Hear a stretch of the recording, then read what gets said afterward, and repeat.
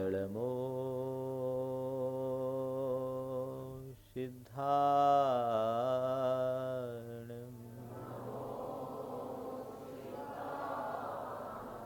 एळमो आयनीयाणम्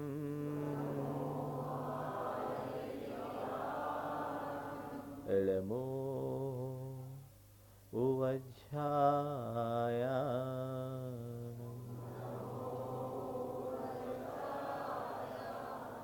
एडमोलोये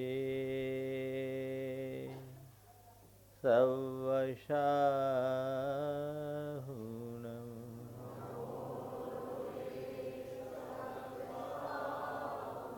एसो पंचिणमुयारो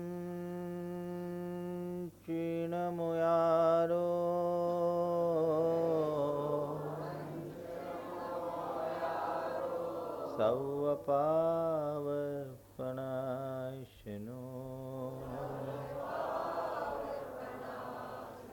मंगलां च सवेशिम्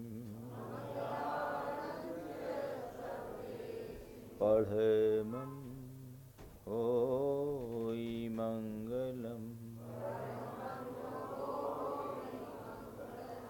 जय बोलो देवादिदेव एकाधरा श्री भगवान महावीर स्वामी की। अहिंसा परमो धर्म की। परम पूज आचार्य गुरुवर श्री विद्यासागर जी महाराज की। परम पूज्य मुनि श्री 108 प्रमाण सागर जी महाराज की। परम पूज्य मुनि श्री 108 विराट सागर जी महाराज की। न्यायोपात धनो यजन गुणगुरुन सद्गिश त्रिवर्गम भजन नन्यो न्यानुगुणम तदरह गृहणी स्थानालयो ह्रीमय युक्ताहार विहार आर्य शमिति प्राज्ञः कृतज्ञो वशी शृण्वन् धर्म कथां दयालु रघुभी सागार धर्मम चरेत। कल के दिन हमने इस कारिका के माध्यम से गृहस्थ जीवन को सार्थक बनाने वाले गुणों की चर्चा प्रारंभ की थी और कल का पहला विषय था सम्यक आजीविका। जीविकोपार्जन गृहस्थ की जीवन की अनिवार्यता है, लेकिन कैसे करना चाहिए इस विषय पर प्रकाश डाला।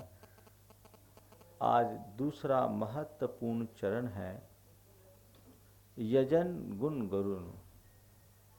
जो गुणों में श्रेष्ठ है उनकी उपासना, उनकी पूजा, उनकी अर्चा। गुण श्रेष्ठ की उपासना, गुण श्रेष्ठ की पूजा, गुण श्रेष्ठ की अर्चा प्रत्येक गृहस्थ का अपना कर्तव्य है। सवाल है कौन हमसे गुणों में ज्येष्ठ हैं और किनकी हम पूजा उपासना करें। जब कभी भी पूजा की बात आती है हम भगवान की पूजा करते हैं, हम गुरु की पूजा करते हैं। भगवान और गुरु की पूजा करने के लिए तो फिर भी सबका मन बन जाता है, लेकिन संत कहते हैं केवल भगवान और गुरु ही पूज्य नहीं हैं, इनके अलावा भी हमारे पूजा के योग्य हैं, हमारी श्रद्धा के योग्य हैं। वे हैं हमारे माता पिता और कल्याण मित्र। इनकी उपासना करो। बहुत महत्व की बात कही गई। मंदिर में विराजित मूर्ति की पूजा तो चाहे जो कर लेता है, सदगुरुओं की शरण में आकर उनके चरणों में श्रद्धा तो हर कोई व्यक्त कर देता है, लेकिन जिसने तुम्हें जन्म दिया, जीवन दिया, संस्कार दिया, उनके प्रति तुम्हारी क्या दृष्टि है। जिसने जन्म दिया, जीवन दिया, संस्कार दिया, कहते उनकी भी तुम उपासना करो, उनकी भी तुम सेवा करो, उनकी भी तुम आराधना करो। इसका मतलब क्या है? माँ बाप की पूजा करने का मतलब अष्टद्रव्य से उनको अर्घ चढ़ाओ नहीं, उनका समुचित सत्कार करो, अपने आचार विचार से उन्हें सदैव प्रसन्न रखो। अपने द्वारा ऐसा कोई व्यवहार मत करो जिससे उनके मन को आघात पहुंचता हो, और सदैव अपने व्यवहार से उन्हें इतना प्रसन्न बनाए रखो कि उनका आशीष तुम्हारे सिर पर हमेशा बरसता रहे। संत कहते हैं जैसे देवता का आशीष हमारे लिए कल्याणकारी होता है, गुरुओं का आशीर्वाद हमारे लिए फलता है, वैसे ही माता पिता का भी आशीष जीवन के लिए कल्याणकारी होता है। इसलिए ऐसे गुण श्रेष्ठ माता पिता का सत्कार करो। अपने जीवन का उत्थान करना चाहते हो तो अपने घर परिवार में उनकी कभी उपेक्षा मत होने दो। आजकल ये एक बहुत बड़ी समस्या हो गई। आज के वृद्ध माता पिता अपने ही संतान के उपेक्षा के पात्र बनते हैं, और जब अपनों की उपेक्षा अपनों से मिलती है, अपनों को मिलती है, तो बहुत असह्य हो जाती है, बहुत तकलीफ दे होती है। मैंने ऐसे अनेक लोगों को बहुत नज़दीकी से देखा जो आज अपनी ही संतान की उपेक्षा के पात्र बने। वो महा दुखदाई। संत कहते हैं तुम्हारा धर्म कर्म पूजा पाठ त्याग तपस्या और दान पुण्य तब तक अर्थवान नहीं है जब तक तुम अपने माता पिता के प्रति कृतज्ञ न बनो और उनका सत्कार न करो। इसलिए इनके प्रति इनके गुणों की उपासना करने की प्रेरणा श्रावक के जीवन के कल्याणकारी गुणों में दूसरे नंबर पर रखिए। गुण में जो तुमसे श्रेष्ठ हैं उनकी उपासना करो। गुण के दो अर्थ होते हैं, एक अर्थ तो होता है विशेषता और दूसरा अर्थ है उपकार। जिनका तुमसे कुछ जिनके जीवन में वैशिष्ट है, अच्छाई है, उसको अंगीकार करो, और जिनका तुम्हारे ऊपर कोई भी गुण यानी उपकार है उसको स्वीकार करो। उपकारी के उपकार को कभी विस्मृत मत करो, और जीवन में किसी की अच्छाई है तो तुमसे छोटा हो तो और बड़ा हो तो उन सबका सत्कार करो, क्योंकि अच्छाई की अनुमोदना से तुम अपने जीवन को अच्छा बनाने में समर्थ होगे, और दूसरों के उपकारों को याद करने से तुम्हारे अंदर की विनम्रता सदैव कायम बनी रहेगी। इसलिए गुण श्रेष्ठ गुण ज्येष्ठ माता पिता की उपासना करने की बात कही गई। उपासना करने का मतलब क्या है? उनकी आज्ञा को मानना, और कोई भी कार्य करे, तीन बातें कही है कि माता पिता की आज्ञा को स्वीकार करना, अपने आचार और व्यवहार से उन्हें सदैव प्रसन्न रखना, और जीवन में कोई भी अच्छी उपलब्धि हो तो उसका श्रेय अपने माँ बाप को देना, यह कहकर कि ये आपके ही आशीर्वाद से मैंने पाया है।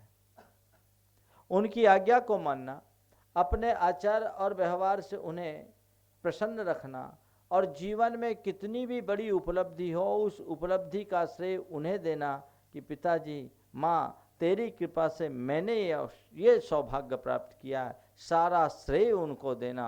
और चौथे नंबर पर बात कही, उनके आत्मोन्नति के लिए सहायक बनना। माता पिता की उपासना का यही अर्थ है। आजकल कौन करता है? वो माँ बाप जिसने जन्म दिया, जीवन दिया, संस्कार दिया, उनके लिए ही लोगों के घर परिवार में आज जगह नहीं रहती। थोड़ी देर के लिए विचार करना, आज हमें जन्म मिला है, ये जन्म क्या सहज है? अगर माँ ने जन्म नहीं दिया होता तो हमारा क्या होता?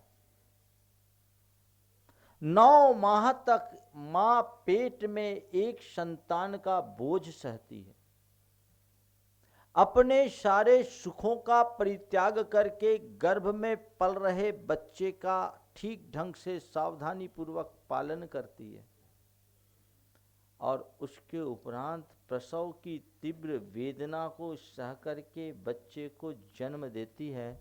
तब कहीं किसी व्यक्ति का कोई व्यक्ति इस संसार में आकर खुली हवा में पहली सांस ले पाता है, तब हमें जन्म मिलता है।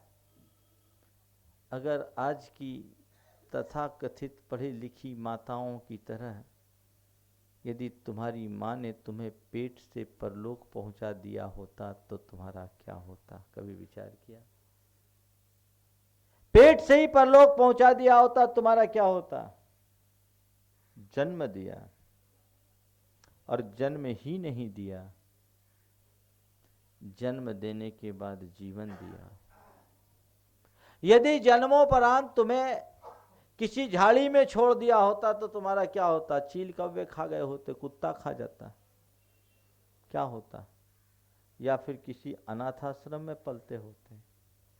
लेकिन ये बड़ा उपकार है उनका कि उनने न केवल जन्म दिया, जन्म देने के साथ साथ जीवन भी दिया। और जीवन ही नहीं दिया, पालन पोषण किया, और न केवल पालन पोषण किया, पढ़ाया लिखाया, योग्य बनाया, सही तरीके से परवरिश की और हमें संस्कार दिया। यदि उन्होंने हमें अच्छे ढंग से पाला पोषा नहीं होता और अच्छे संस्कार नहीं दिए होते तो क्या होता? आज यहाँ नहीं बैठे होते, अपराधी बनकर किसी जेल के सीखचों में बंद हो गए होते या आवारा बने फिरते होते। यही होता। कितना बड़ा उपकार है। यूँ कहें कि हमारे जीवन का एक एक बूंद खून भी उनकी कृपा का प्रसाद है। हमारे संपूर्ण व्यक्तित्व के निर्माता वो हैं, इसलिए उनके प्रति कभी उपेक्षा का भाव जीवन में नहीं आना चाहिए।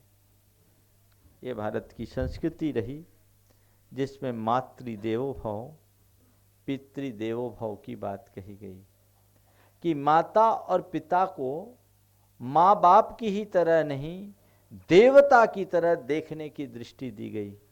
और आज उनकी ही उपेक्षा अपने ही घर में, तो ये बड़ी विचित्रता होती है, बहुत विचित्रता होती है। एक बार लोहार और सुनार की दुकान अगल बगल में थी। सुनार की दुकान थी, बगल में लोहार का अपना वर्कशॉप था। तो एक दिन सोने ने लोहे से कहा कि देख, प्रहार तुझ पर भी होता है और मुझ पर भी होता है। प्रहार तुझ पर भी होता है, मुझ पर भी होता है, लेकिन तुझ पर जब प्रहार होता है तो तू इतना हल्ला मचाता है कि पूरा मोहल्ला एकदम सख्ते में आ जाता है, पूरे मोहल्ले को जगा देता है, तू इतना हल्ला करता है। और मेरे ऊपर देख, मेरे ऊपर कितना प्रहार होता है, मैं चुपचाप सह लेती हूँ, मैं तो इतना हल्ला नहीं करती, तू इतना हल्ला क्यों करता है? बात जायज है। सोने ने लोहे से कहा कि जब तुझ पर प्रहार होता है तो तू इतना शोर मचाता है, मुझ पर प्रहार होता है मैं तो कभी कुछ नहीं बोलती, आखिर ऐसा क्यों करते हो? तो लोहे ने सोने से कहा कि बहन क्या बताऊं, ये सच है कि मैं शोर मचाता हूँ, तू शोर नहीं मचाती, लेकिन इसकी वजह बताऊं? इसकी वजह कुल इतनी है कि तुझ पर जो प्रहार होता है वो विजाति का होता है, और मुझ पर जो प्रहार होता है मेरी जाति का होता है। विजाति का प्रहार सहा जा सकता है, स्वजाति का प्रहार झेलना बहुत मुश्किल होता है।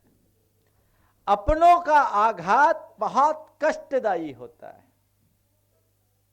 इसलिए इस आघात से अपने आप को बचाइए, अपने आचार विचार व्यवहार को सदैव ठीक रखिए। आज के युग में जब नकारात्मक उदाहरण बहुत देखने को मिलते हैं कि माता पिता की उपेक्षा, खुली उपेक्षा करके लोग अपना जीवन जीते, हम तो रोज ऐसे किस्से सुनते हैं। मैं आपको दो ऐसे प्रसंग बताना चाहता हूं कि आज के युग में भी कोई श्रवण कुमार इस धरती पर है। रांची में एक परिवार है, बॉम्बे डाइंग, उसमें एक व्यक्ति, नाम तो मैं भूल रहा हूँ उसका, उसकी माँ लगभग अपंग अपाहिज जैसी, लेकिन वो व्यक्ति अपनी माँ की जो सेवा करता है, एक आदर्श। अपंग अपाहिज जैसी माँ की उसने जो सेवा की, भले उसके पीछे उसे अपनी पत्नी की प्रताड़ना भी सहनी पड़ी होगी, लेकिन उस व्यक्ति ने जो सेवा की वो अच्छे नहीं कर सकते। नाम मैं भूल रहा हूँ, बहुत योग्य आदमी लेकर आया, देखा, बोले ये आधुनिक युग का श्रवण कुमार कहने लायक। ये सेवा जो अच्छे नहीं कर सकते हैं, और उससे उन्हें गहन आत्मतोष, लगभग 92-95 वर्ष की माँ की अशक्त अवस्था में जो सेवा होनी चाहिए, वो उत्कृष्ट उदाहरण। दुनिया में तो ज़्यादा से ज़्यादा क्या कर देंगे, नर्स लगा देंगे, कंपाउंडर लगा देंगे। वो नर्स और कंपाउंडर लगाना और बात है, और अपने हाथों से वो सेवा संपन्न करना और बात है। मैंने जब उनसे पूछा तो उनने यही बोला, महाराज जी, मैंने कुरेदने की दृष्टि से पूछा, ये सब आप करते हो, खाना तक बनाना माँ के लिए, माँ को सारी माँ की क्रियाएं करना, मंदिर भी लेकर के आना। हम बोले आपको तकलीफ नहीं होती? बोले महाराज मुझे बहुत प्रसन्नता होती है, और मैं सोचता हूँ कि मैं माँ की आखिरी सांस तक अपनी सेवा में कोई कसर न छोड़ूं, जितना बन सके मैं करूं। ये एक उदाहरण है। एक दूसरा व्यक्ति जिसकी माँ भोपाल में रहती थी, वो खुद अमेरिका में रहता था, माँ व्रती थी, गिर पड़ने से कमर की हड्डी, कूल्हे की हड्डी टूट गई। व्रती माँ की कूल्हे की हड्डी टूटी, वो व्यक्ति अमेरिका से चल करके भारत आ गया, अपना सारा कारोबार वगैरह परिवार वहीं छोड़ दिया, पत्नी ने साथ नहीं दिया, वो आया और पूरी माँ की आखिरी तक सेवा की। तो आखिरी तक सेवा की, पेशे से इंजीनियर आदमी, अपना सारा कुछ विस्तार छोड़ करके कि माँ ने मुझे जन्म दिया, अगर इस घड़ी में मैं माँ के साथ नहीं रहा तो मेरा जीवन बेकार। ऐसे उदाहरण कम मिलते हैं। लोग तो ऐसे लोगों को पागल भी कह देते हैं कि सब इतना छोड़ करके कर दिया, लेकिन नहीं, ये कर्तव्य है, और ऐसे कर्तव्य का पालन तो करना ही चाहिए। ऐसे कर्तव्य का पालन तो करना ही चाहिए, ये हमारा धर्म है, और जो इस तरह से धर्म का पालन करते हैं वही सच्चे अर्थों में एक अच्छे श्रावक कहलाने के अधिकारी होते हैं। आखिर ऐसा हो क्यों रहा है? ऐसा केवल इसलिए हो रहा है कि मनुष्य की संवेदनाएं दिनों दिन क्षीण होते जा रही। हमारी संस्कृति में हमारे संबंधों के आधार हमारे मन का प्रेम और आत्मीयता रही। प्रेम के बल पर, आत्मीयता के बल पर हमारे सारे संबंध जुड़ते रहे, उसमें आंतरिक संवेदना होती थी। आज उसका स्थान उपयोगिता ने ले लिया है, जरूरत ने ले लिया है, और प्रेम और आत्मीयता अपने स्थान छोड़ दी, उसका स्थान आवश्यकता और उपयोगिता ने ले लिया। और लोग अब लोगों को व्यक्ति की तरह नहीं, चीज़ों की तरह ट्रीट करना शुरू कर दिए, और एक कल्चर डेवलप हुआ, यूज एंड थ्रो। चीज़ों के साथ ऐसा हो तब तक तो ठीक, लेकिन ऐसा जब व्यक्तियों के साथ होने लगता है तो बहुत ही चिंतनीय सवाल उत्पन्न होता है, और तब मन में एक प्रश्न आता है कि क्या ये वही भारत है जहाँ से वसुधैव कुटुंबकम का संदेश दिया गया? क्या ये वही देश है जिसने सारे विश्व को एक परिवार की तरह देखने की दृष्टि दी? क्या ये वही संस्कृति है जिसने हर प्राणी को आत्मा के समान मानने की बात की? कितना अंतर! सोच बदली है संवेदनाओं के अभाव के कारण। बड़ी सार्थक है ये पंक्ति आज के संदर्भ में। काली कुरूप निरर्थक पड़ी सी दिया सलाई की एक सीख, जलते दीप के प्रकाश में मैंने देखा। काली कुरूप निरर्थक पड़ी सी दिया सलाई की एक सीख, जलते दीप के प्रकाश में मैंने देखा। सुंदर सज्जित कक्ष के द्वार पर पड़ी है, सोचा किसी ने दिया जलाकर इसे फेंका होगा कि ये यहाँ आ गिरी। सोचा किसी ने दिया जलाकर इसे फेंका होगा कि ये यहाँ आ गिरी। मैंने उसे उठाया कि एक मध्यम पर बेदती सी कराह मेरे कानों में पड़ी। मैंने उसे उठाया कि एक मद्दिम पर बेदती सी कराह मेरे कानों में पड़ी। मैंने पूछा क्यों, क्या बात है? मैंने पूछा क्यों, क्या बात है? बात कुछ नहीं, बात कुछ नहीं, इस भुवन में केवल सौंदर्य और उपयोगिता के लिए ही स्थान है। बात कुछ नहीं, इस भुवन में केवल सौंदर्य और उपयोगिता के लिए ही स्थान है। कभी मुझ में भी ये गुण थे तो मेरे लिए भी यहाँ स्थान था। कभी मुझ में भी ये गुण थे तो मेरे लिए भी यहाँ स्थान था। अब मेरा सौंदर्य और मेरी शक्ति, अब मेरा सौंदर्य और मेरी शक्ति मुझे घिस रगड़ कर अपहरण की जा चुकी है। अब मेरा सौंदर्य और मेरी शक्ति मुझे घिस रगड़ कर अपहरण की जा चुकी है। इसलिए हरेक की उंगलियां मुझे दूर से दूर तक फेंक देने को मचमचाती है। बस यही स्थिति आज के इंसान की है। माचिस की सलाई को, दिया सलाई को जलाकर लोग जैसे फेंक देते हैं, ऐसे ही लोग अपने लोगों से भी उपेक्षापूर्ण व्यवहार कर देते हैं। कहते जरूरत पड़ने पर गधे को भी बाप बना लेते हैं और काम मतलब निकल जाने के बाद बाप को भी गधा बनाने में कोई कसर नहीं छोड़ते। तय करो कि नहीं आखिर कुछ भी। मैं मानता हूं कि वृद्धावस्था में माँ बाप के स्वभाव में कुछ उम्र जन्य दुर्बलताएं आ जाती है, वो आएगी, पर उसको बर्दाश्त करना होगा, बर्दाश्त करना होगा। एक बार एक युवक ने मुझसे कहा, महाराज अपने पिता से कुछ असंतुष्ट था, पत्नी भी साथ बैठी थी और बहुत सारी उनकी दुर्बलताएं गिना रहा था। और बोले महाराज इनके साथ चल पाना बड़ा मुश्किल है, वो हमारे साथ नहीं, समय के अनुरूप चलना नहीं चाहते। मैंने कहा उसके साथ उसका बच्चा भी था 5 साल का। हम बोले जब तुम चलते हो तो बच्चा तुम्हारी स्पीड में चलता है क्या? जब तुम चलते हो तो क्या तुम्हारा बच्चा तुम्हारी स्पीड में चलता है क्या? हमारा बच्चा 5 साल का, वो हमारी स्पीड में कैसे चलेगा? हम उसकी स्पीड में चलते हैं। तुम चलते हो तो तुम्हारा बच्चा तुम्हारे साथ स्पीड में चलता है क्या? बोले नहीं महाराज वो बच्चा वो मेरी स्पीड में कैसे चलेगा, हम उसके साथ चलते हैं। तो मैंने उससे कहा कि तुम 5 साल के बच्चे के साथ चलने को तैयार हो, 60 साल के बच्चे के बाप के साथ चलने को राजी क्यों नहीं? जब तुम्हारे साथ 5 साल का बच्चा तुम्हारी स्पीड में नहीं चल सकता, तुम उसके साथ एडजस्ट हो सकते हो, तो 60 साल का वृद्ध भी तुम्हारी चाल में कैसे चलेगा? वहां भी तुमको एडजस्ट होना चाहिए। लोग हो नहीं पाते। बचपन और बुढ़ापा दोनों में बहुत साम्य है। वृद्धावस्था एक प्रकार से बचपन की पुनरावृत्ति, जैसा बचपन में होता वैसे ही बुढ़ापा में होता, बहुत कुछ मेल जोल है। बताऊं क्या अंतर है? बच्चे के सिर पर बाल नहीं उगे होते हैं और बूढ़ों के सिर में बाल नहीं बसते हैं। बच्चों के दांत नहीं निकलते हैं, बूढ़ों के दांत टिक जाते हैं। बच्चे के मुंह से भी लार निकलते हैं और बूढ़ों के मुंह से भी लार निकलते हैं।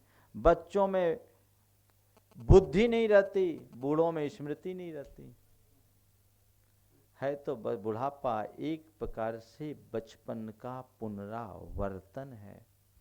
बच्चे चल नहीं पाते और बूढ़े संभल नहीं पाते, है तो बराबर।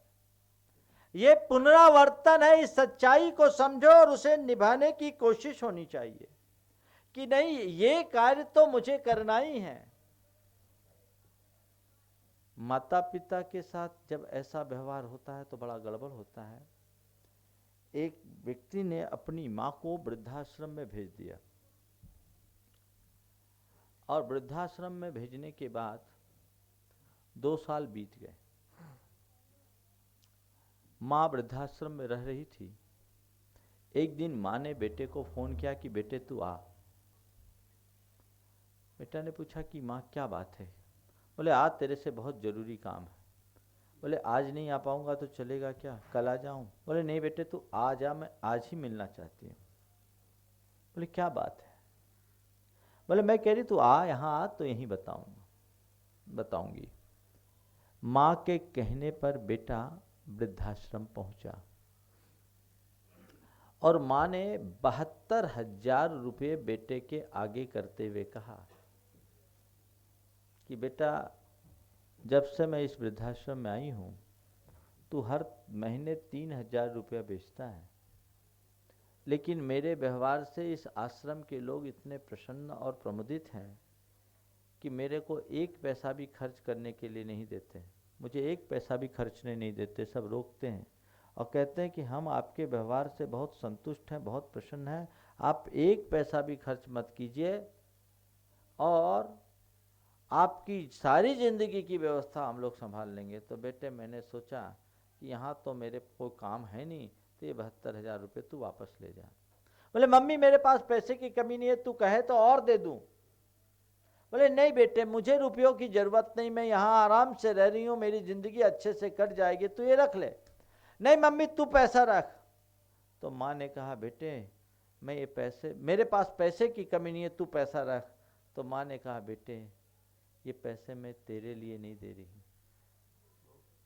ये पैसे मैं तेरे लिए नहीं दे रही हूँ, तू ये पैसे रख ले। क्या बोल रही है माँ? बोले बेटे, बात ऐसी है कि मैंने तुझे संस्कार दिए, इसके परिणाम स्वरूप तू मुझे वृद्धाश्रम में हर महीने 3,000 रुपया भेज रहा है, लेकिन मैं देखती हूँ तू अपने बिजनेस में बहुत बिजी रहता है, तू अपने बच्चों को ढंग का संस्कार भी नहीं दे पाया। मुझे पता नहीं कि वे जब तुम्हें वृद्धाश्रम में भेजेंगे तो ये 3,000 भी दे पाएंगे कि नहीं, इसलिए ले जा, ये तेरे काम में आएंगे, ये ले जा, ये तेरे काम में आएंगे। बहुत बड़ी सच्चाई और दर्द है इसमें छिपी हुई, ये समझने की जरूरत है। हम अपने घर परिवार में एक ऐसी व्यवस्था बनाएं, प्रारंभ से अटैचमेंट होना चाहिए और वो जुड़ाव हो। ये क्यों नहीं होता? इसमें माँ बाप भी दोषी हैं। माँ बाप इसलिए दोषी हैं कि जब उनके दिन होते हैं तब बच्चों से उनका जो इंटरेक्शन होना चाहिए वो नहीं होता, उनके साथ उनका जो जुड़ाव होना चाहिए वो नहीं होता, समय ही नहीं है, केवल पैसा कमाने के चक्कर में लगे हैं, व्यापार में लगे हैं, इसके अलावा और कुछ नहीं। पिताजी व्यापार में, मम्मी किटी पार्टी में, बच्चों को समय कहाँ। बहुत सोचने की बात है, ये हंसने की बात नहीं। आज बच्चे एक तो अपनी पढ़ाई में बिजी रहते हैं और जब कभी छुट्टी होता है तो माँ बाप भी अपने अपने में बिजी। कम्युनिकेशन गैप बहुत होता है, अंदर से संवाद नहीं जुड़ पाता, तो जैसा प्रेम और आत्मीय संबंध होना चाहिए वो संबंध बन ही नहीं पाता। और जब ऐसा संबंध नहीं बनेगा तो इस तरह के उपेक्षा के परिणाम तो भोगने ही पड़ेंगे। इसलिए संतान से आप अपना अच्छा संबंध बनाए रखना चाहते हो तो ये जरूरी है कि शुरुआत से ही आपके और आपके बच्चे के बीच में कम्युनिकेशन गैप कम से कम हो और खुला संवाद हो, आप समय दें। आजकल लोग अपने बच्चों के लिए पैसा तो देते हैं, संपत्ति तो देते हैं, समय नहीं दे पाते। मैं आप सबसे कहना चाहता हूं कि अगर आप अपने बच्चों के लिए सबसे पहले कुछ भी निवेश करना चाहते हैं तो समय का निवेश करें, संस्कार का निवेश करें। माँ बाप अपने बच्चों को संपत्ति देते हैं, संस्कार नहीं देते हैं, संस्कृति नहीं देते हैं। संस्कार दो। तुम अपने बेटे को कार नहीं दोगे तो चलेगा, पर संस्कार नहीं दोगे तो बिल्कुल नहीं चलेगा। आज कार दे रहे हो, संस्कार नहीं दे रहे हो, संपत्ति दे रहे हो, संस्कृति नहीं दे रहे हो। प्रारंभ से ऐसा अफेक्शन बच्चे के मन में होना चाहिए जो तुमसे अगेंस्ट जा ही नहीं सके। बहुत गड़बड़ हो जाता है। मेरे संपर्क में एक बड़े व्यस्ततम एडवोकेट, लीडिंग प्रैक्टिशनर, उनकी बेटी एक गैर जैन से संबंध करना चाह रही थी। पिताजी बड़े धार्मिक और समाज के एक रसूखदार व्यक्ति, वो ये संबंध नहीं चाहते थे। मुझसे कहा, मैंने कहा बेटी को लाओ, मैं समझाने की कोशिश करूं, शायद कुछ बदल जाए। जब मैंने बात की, बेटी टस से मस होने को तैयार नहीं। वकील साहब बहुत तेज थे।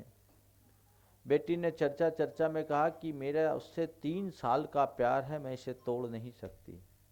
वकील साहब ने कहा कि महाराज जी इससे पूछिए, हम माँ बाप का 22 साल का प्यार उसके 3 साल के प्यार में भुला दी। माँ बाप के 22 साल का प्यार उसके 3 साल के प्यार में भुला दी। उस समय जो बच्ची ने कहा वो एक बहुत बड़ी कड़वी सच्चाई को उगला। उसने कहा महाराज जी इनसे पूछिए प्यार किसको कहते हैं, इनको फुर्सत है क्या? इनको 24 घंटे अपने क्लाइंट और केस के अलावा फुर्सत है? इनने कभी सोचा भी कि मैं इनकी बेटी हूँ? इनने मुझे आज तक प्यार दिया? ये कहते हैं कि 22 साल का प्यार। अगर इनने मुझे प्यार दिया होता तो आज ये स्थिति नहीं आती। महाराज मुझे घर में प्यार नहीं मिला, मैं बाहर के प्यार में बंध गई, अब वापस लौट कर नहीं आ सकती। यद्यपि वो लड़की का तर्क पूरी तरह से, उस तर्क से मैं सहमत नहीं हूं, लेकिन ऐसी स्थितियां क्या आज घर में नहीं है? तुम अपने संतान को शुरू से अच्छा प्यार नहीं दोगे तो संतान का प्यार तुम्हें कैसे मिलेगा? आप अपने बच्चे को समय देने की जगह खिलौने देते हो तो बुढ़ापे में तुम्हारी संतान भी तुम्हें समय देने की जगह पेंशन देता है। बात बराबर, बात बराबर है। तुम बचपन में अपने बेटे को झूला घर में भेजते हो तो बुढ़ापे में वो तुम्हें वृद्धाश्रम में भेजता है, हिसाब चुकता होता है। प्ले हाउस में भेजते हैं, भेजते हैं बिजी। ये जो चिंतन है, इस चिंतन में परिवर्तन की जरूरत है। ये पूरा वेस्टर्न स्टाइल का अंधानुकरण है। विचार करने की जरूरत है बहुत गंभीरता से। यजन गुण गुरुन, अपने से जो गुणों में श्रेष्ठ है, सबसे पहले माँ बाप। संकल्प लो कि कभी मैं ऐसा कोई कार्य न करूँगा, नहीं करूँगा जिससे उनको आहत होना पड़े, उनको आंसू बहाना पड़े। कई बार ये प्रश्न आता है महाराज जी, कई बातें ऐसी होती है कि वो समय के साथ एडजस्ट नहीं करते हैं, पुराने लोग बड़े लीगी होते हैं, वो मानते नहीं है, तो क्या करें? तरीका है, मान रहे गलत है, बिल्कुल समय के अनुसार नहीं है, आपकी बात से मैं भी सहमत हूँ, तो भी उस घड़ी में उनके सामने ना कहने की आदत बंद कर दो। हाँ कहो, भले करो या ना करो। आज आप अपने बच्चे को कोई बात कहो और आपका बच्चा एकदम सिरे से आपकी बात को खारिज कर दे तो आपको क्या लगेगा? हाँ, तकलीफ होगी। तो आपके पिताजी को भी तो तकलीफ होगी। ईगो होती है, बूढ़ों का, बुजुर्गों का अपना मान होता है, उस मान को संभालना। हम लोगों के यहाँ मूलाचार में लिखा है कि मुनि महाराज एक आचार्य के अनुशासन में जब पढ़ते हैं और आचार्य कुछ बोलते हैं तो उसमें एक समाचार है, तथाकार। तथाकार, वो कुछ पढ़ा रहे हैं, कुछ लिखा रहे हैं, कुछ सिखा रहे हैं, कोई सीख दे रहे हैं या कोई निर्देश दे रहे हैं, तो पहले तथाकार, ठीक है गुरुदेव, बिल्कुल सही, बिल्कुल सही, आपका कहना यथार्थ, उसको क्रॉस मत करो। यह उनका विनय है, यह उनका बहुमान है। और यहां तो सामने वाले ने बात बोली नहीं, उसके पहले काट दिए। आजकल क्या है ना कि आजकल के बच्चे पढ़ गए, माँ बाप सोचते हैं कि मेरा बेटा पढ़ लिख के लायक बन जाए, और बेटा इतना लायक बन जाता है कि माँ बाप को नालायक समझने लगता है।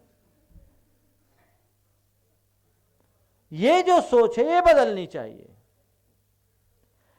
गुण गुरुन यजन, गुण गुरुन का मतलब यही है कि उनकी उपेक्षा मत करो, उनकी अवमानना मत करो, उनका तिरस्कार मत करो। और जो 4 बातें मैंने कही, आज्ञा का पालन करो, कदाचित आज्ञा पालन में समर्थ नहीं हो तो अवहेलना मत करो खुली। दूसरी बात, अपने आचार विचार से उनको हमेशा प्रसन्न रखने की चेष्टा करो, प्रसन्नता उनकी बनाए रखो, जिससे वो प्रसन्न बने, उनको खुशी हो, उनको हर कार्य को देख के लगे कि नहीं मेरा बेटा बहुत अच्छा कर रहा है, बहुत अच्छा कर रहा है। और अपने हर कार्य का श्रेय अपने माँ बाप को दे। मेरे संपर्क में एक व्यक्ति है, आज सफलता के शिखर को छुआ हुआ है, बड़ा नाम भी। वो कहीं रहता था, उसके पिताजी कहीं रहते थे। लोगों ने जब उसका परिचय कराते, पिताजी आए मिलाए तो बोले कि ये इसके पिताजी हैं, ये इसके पिताजी हैं। उस जगह लोग उनको जानते नहीं थे, कहीं ये इसके पिताजी। बेटे से बाप का परिचय कराया, बेटे ने तुरंत बात को काटा, कहा नहीं, मैं इनका बेटा हूं, मैं इनका बेटा हूं। मैं चाहे कितना भी हूं दुनिया की निगाहों में, पर इनके आगे बेटा हूं, इनसे ऊपर मैं नहीं हो सकता। आज जो कुछ भी हूं इनकी कृपा से हूं। उस घड़ी उस पिता को कितनी खुशी हुई होगी, कितनी खुशी हुई होगी। ये होती है, ये अभिव्यक्ति है श्रद्धा की। जिसकी माँ बाप के प्रति श्रद्धा होती है वही ऐसी अभिव्यक्ति दे सकता, हर कोई नहीं। और आत्मोन्नति में सहायक बने, उनके धर्म ध्यान का मार्ग प्रशस्त करे, उनके जीवन के लिए कल्याणकारी रास्ता अपनाए। ये एक हुई माता पिता की बात। बातें तो और आने वाले दिनों में भी होगी, लेकिन इस बात को आप ध्यान में रखें कि जीवन में कभी उनकी उपेक्षा न करें, उनको आघात न पहुंचाएं, ऐसा कोई कार्य न करें जिससे उनको तकलीफ पहुंचती हो। गुण गुरुन में और भी आते। परिवार में अगर कोई व्यक्ति आपसे ज्येष्ठ हैं, आप उनका सत्कार करो, आपसे बड़े हैं उनका बहुमान करो। जब छोटे बड़े का बहुमान करते हैं तो बड़ों का वात्सल्य छोटों के प्रति स्वतः प्रकट हो जाता है। घर परिवार में प्रेम और शांति को स्थापित करने का यही रास्ता है। छोटे बड़े का बहुमान करें और बड़े छोटों को वात्सल्य दे। जहाँ बहुमान और वात्सल्य की परंपरा होती है, वहाँ कभी किसी का अपमान नहीं होता, कभी किसी का तिरस्कार नहीं होता, वहाँ सदैव प्रेम के फूल खिलते हैं। ये भाव अपने अंदर होना चाहिए। किसी में कोई अच्छाई है तो उसको आप एप्रिशिएट करें, अच्छाइयों की प्रशंसा करें। गुण है, गुणग्राही बने, दोष नहीं। कोई आपसे छोटा भी है और अगर उसमें कोई अच्छी क्वालिटी है, आप उसकी प्रशंसा करें। बड़े में हो तो और छोटे में हो तो। प्राय लोग यहाँ भी चूक जाते हैं। आज परिवारों का प्रेम क्यों बिखरता है? इसलिए कि लोग एक दूसरे के गुणों को सह नहीं पाते। कई लोग ऐसे हैं जिनकी पूरी गांव प्रशंसा करता है पर घर में लाइकिंग नहीं है। गांव जिसके व्यवहार का कायल है, जो पूरे गांव में लोकप्रिय है, परिवार प्रिय नहीं बन पाया। हालांकि इसको भी मैं उसकी ही कमी मानता हूं। कमी इसलिए मानता हूं कुछ अंशों में कि उसने अपने रिलेशन को परिवार के साथ शायद ज़्यादा मेंटेन नहीं किया। वहां मेंटेन किया होता तो वो परिवार प्रिय भी हो सकता। और कई ऐसे लोग होते हैं जो दूसरों की ईर्ष्या के शिकार होने के कारण भी लोग के डिसलाइक का कारण बन जाता है। दोनों तरह की बातें हैं। मैं आपसे कहना चाहता हूं कि पहली कोशिश करो कि आपके अंदर कोई काबिलियत है तो उसका लोहा जैसे गांव, उसकी प्रशंसा जैसे गांव करता है, घर में भी प्रशंसा हो। और घर के लोगों को चाहिए कि किसी के जीवन में कोई अच्छाई है तो उसकी खुले दिल से प्रशंसा करें। कुछ अच्छा कार्य कोई भी करे तो उसकी प्रशंसा करे, प्रशंसा करने में कभी चूके नहीं। आप लोग करते हो? पत्नी रोज खाना बनाकर देती है, उदाहरण दे रहा हूं, रोज खाना खिलाती है। मुझे पता नहीं आप प्रशंसा करते हो कि नहीं करते। हाँ, मुझे पता है कि साथ में बैठी इसलिए ऐसा बोल रहे हैं। अकेले में पूछते तो उत्तर कुछ और होता।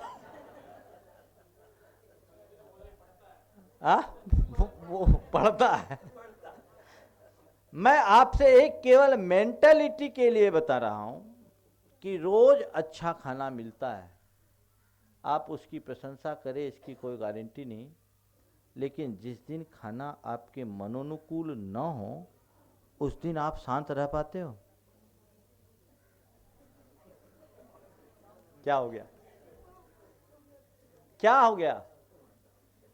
रोज अच्छा मिले उसकी प्रशंसा करो ना करो इसकी मैं आपसे नहीं पूछ रहा हूं, लेकिन एक दिन ठीक नहीं मिला शांत रहता है, इसका मतलब गुणों की तरफ आपकी दृष्टि ही नहीं। ये केवल खाने के मैटर पर नहीं, हर मैटर पर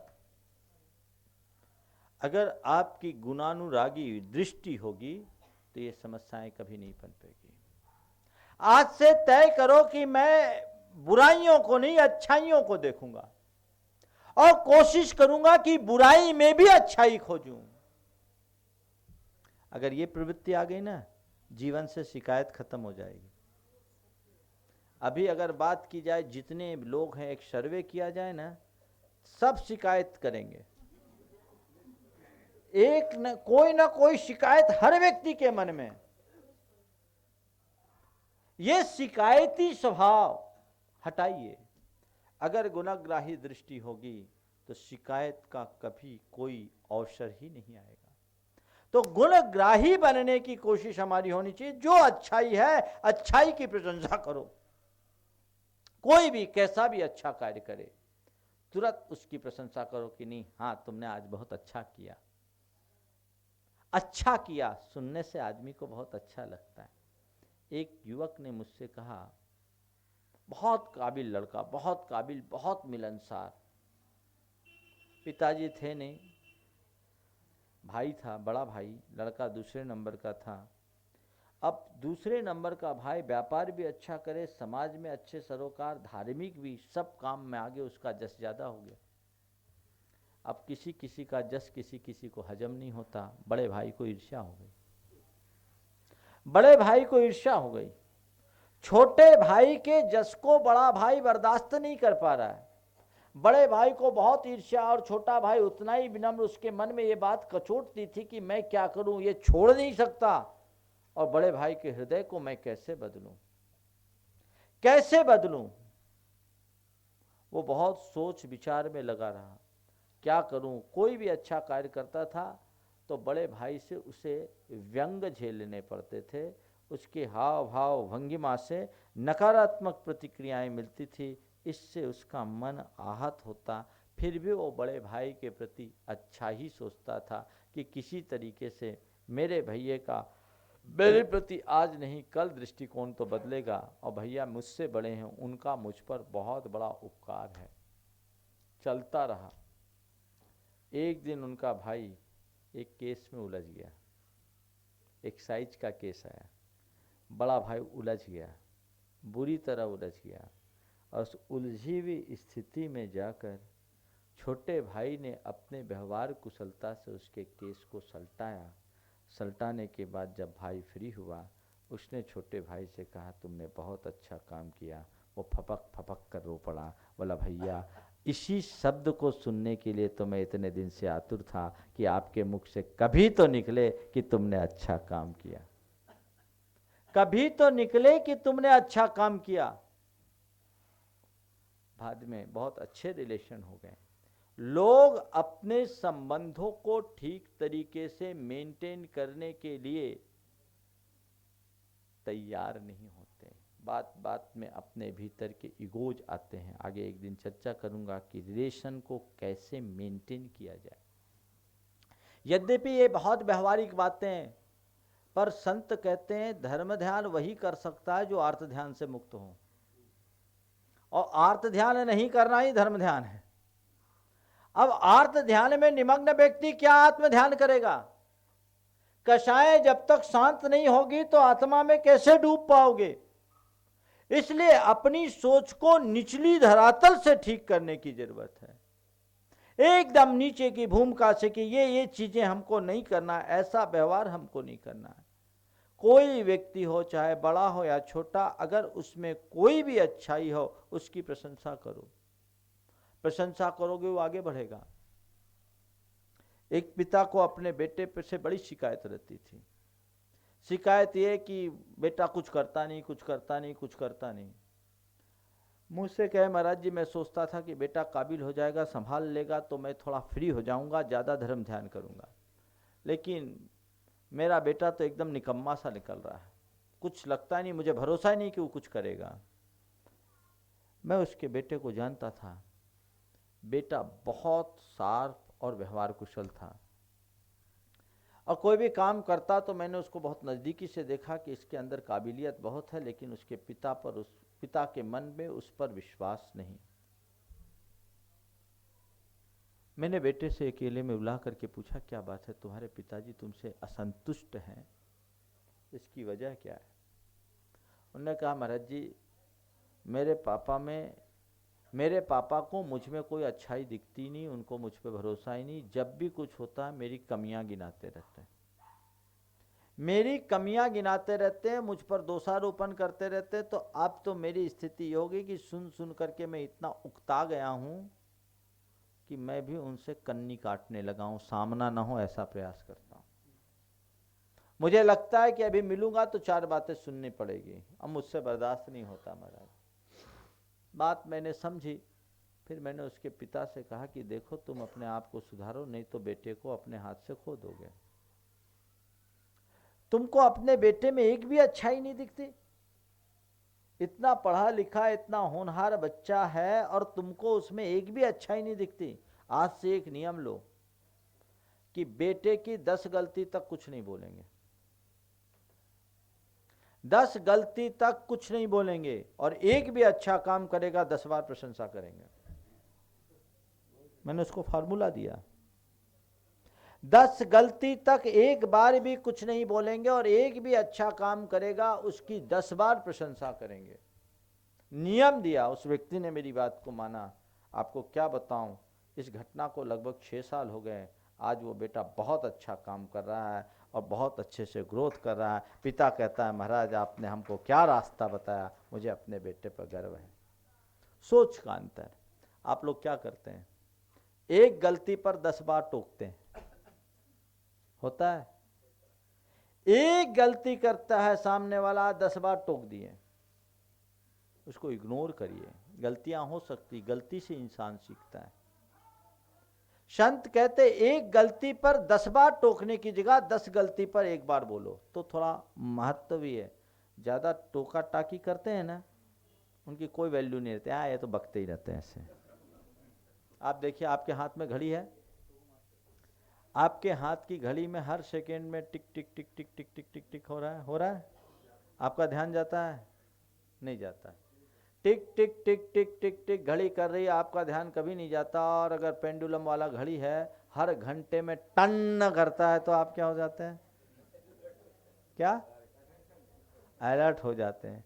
तो मैं आपसे कहना चाहता हूं, टिक टिकाने की आदत बंद कर दीजिए। जरूरत पड़े तो एक बार टंकार लगा लीजिए, काम हो जाएगा।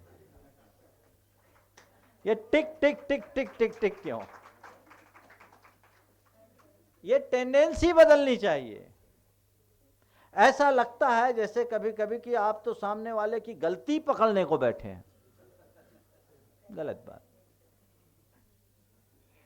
गलती को इग्नोर करना सीखिए, अच्छाइयों को एप्रिशिएट करना शुरू कर दीजिए। देखिए जीवन में कितना मजा आता है।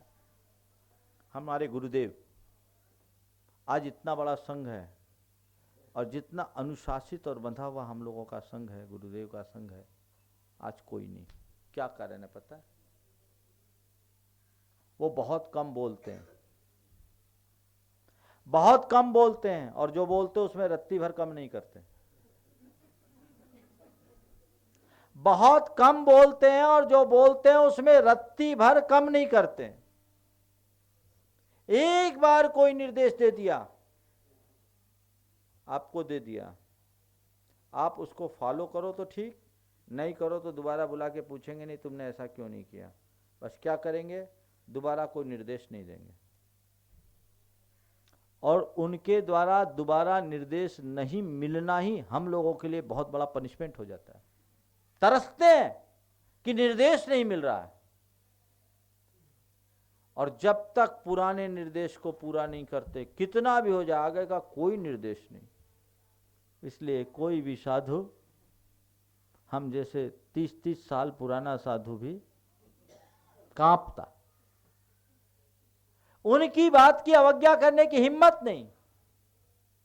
हम लोग बैठे हैं, गलती कर रहे हैं, वो बगल से निकल गए, देखने में आ गया, इग्नोर कर देंगे, कुछ नहीं बोलेंगे।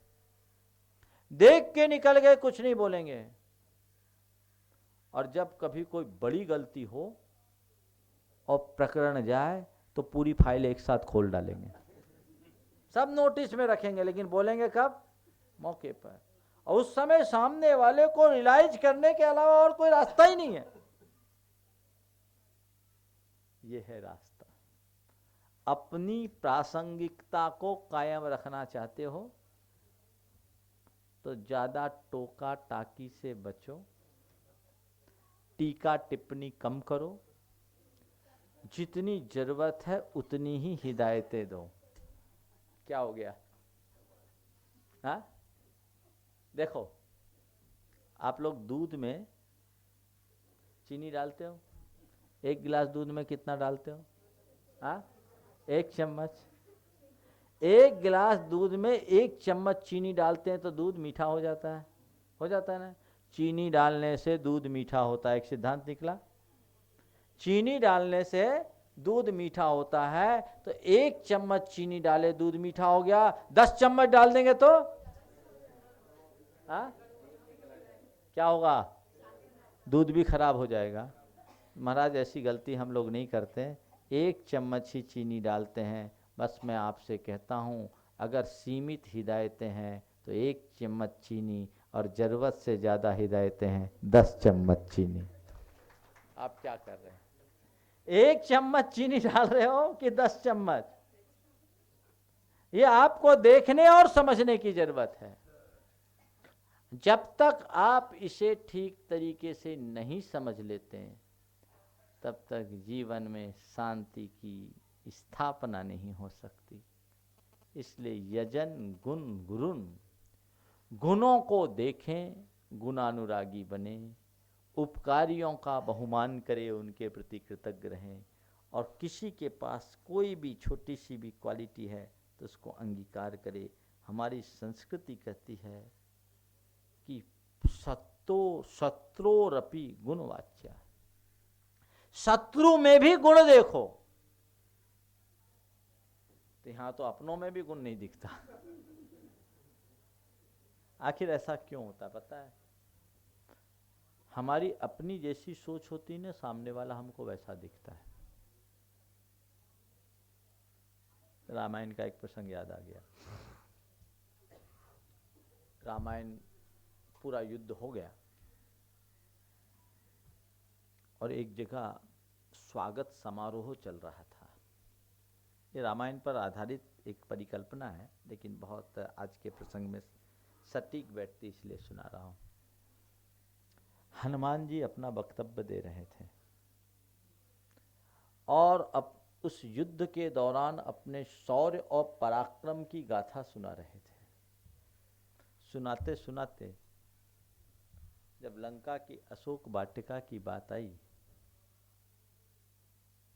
तो उन्होंने कहा कि वो अशोक वाटिका जैसी वाटिका मैंने जीवन में कभी नहीं देखी। अशोक वाटिका जैसी सुंदर वाटिका मैंने अपने जीवन में कभी नहीं देखी। मैंने सबको तहस नहस कर दिया, पूरा सत्यानाश कर दिया। उस वाटिका की एक विशेषता से मैं बड़ा प्रभावित रहा कि वहां के जितने फूल थे सबके सब लाल थे। उस वाटिका के जितने फूल थे सबके सब लाल थे। सीता जी वहीं बैठी थी। बोले हनुमान गलत बोल रहे हो, वहां तो मुझे एक भी फूल लाल नहीं दिखा, सब फूल सफेद थे। माते ऐसा हो नहीं सकता, सब फूल लाल थे। हनुमान तुम तो थोड़े दिन के गए थे, मैं तो वहां बहुत दिनों तक रही, सब सफेद थे। अब क्या बात हो गई? हनुमान कहते लाल थे, सीता कहती सफेद थे। दोनों की बातें एकदम तन गई। बीच में रामचंद्र जी को हस्तक्षेप करना पड़ा और कहा उलझो मत, दोनों सही कह रहे हो। उलझो मत, दोनों सही कह रहे हो। प्रभु ऐसे कैसे होगा, या तो सफेद लाल होंगे या सफेद होंगे। रामचंद्र जी ने कहा हनुमान बात ऐसी है, जिस समय तुम अशोक वाटिका में गए थे तो तुम्हारी आंखें गुस्से में लाल हो गई थी, तो सब तुम्हें लाल दिख रहे थे। जब तुम अशोक वाटिका में गए उस समय तुम्हारी आंखें गुस्से में लाल थी, तो तुम्हें सब लाल लाल दिख रहे थे। और सीता की आंखें सात्विकता से भरी थी, इसलिए सब सफ़ेद दिख रहे थे। बहुत गहरा संदेश है इसमें। हमारी जैसी दृष्टि होती है वैसी सृष्टि होती है। अपनी दृष्टि को ठीक कर लो, सृष्टि अपने आप ठीक हो जाएगी। लोगों को देखने का, चीज़ों को देखने का, घटनाओं को देखने का नज़रिया अगर हम बदल लेते हैं तो सब कुछ बदल जाता है। तो कह रहे हैं नजरे तेरी बदली नज़ारे बदल गए, नजरे तेरी बदली नज़ारे बदल गए, किश्ती ने बदला रूख तो किनारे बदल गए। किश्ती ने बदला रुख तो किनारे बदल गए। नजरों से नजारा है, बस अपने इस दृष्टिकोण को बदले। यजन गुण गुरुन की इस उक्ति को अपने जीवन में आत्मसात करने की कोशिश करें, जो हमारे जीवन के कल्याण का पथ प्रशस्त कर सके और हम अपने आप को आगे बढ़ा सकें। समय आप सबका हो गया है, यहीं पर विराम ले रहा हूँ। बोलिए परम पूज्य आचार्य गुरुवर श्री विद्यासागर जी महाराज।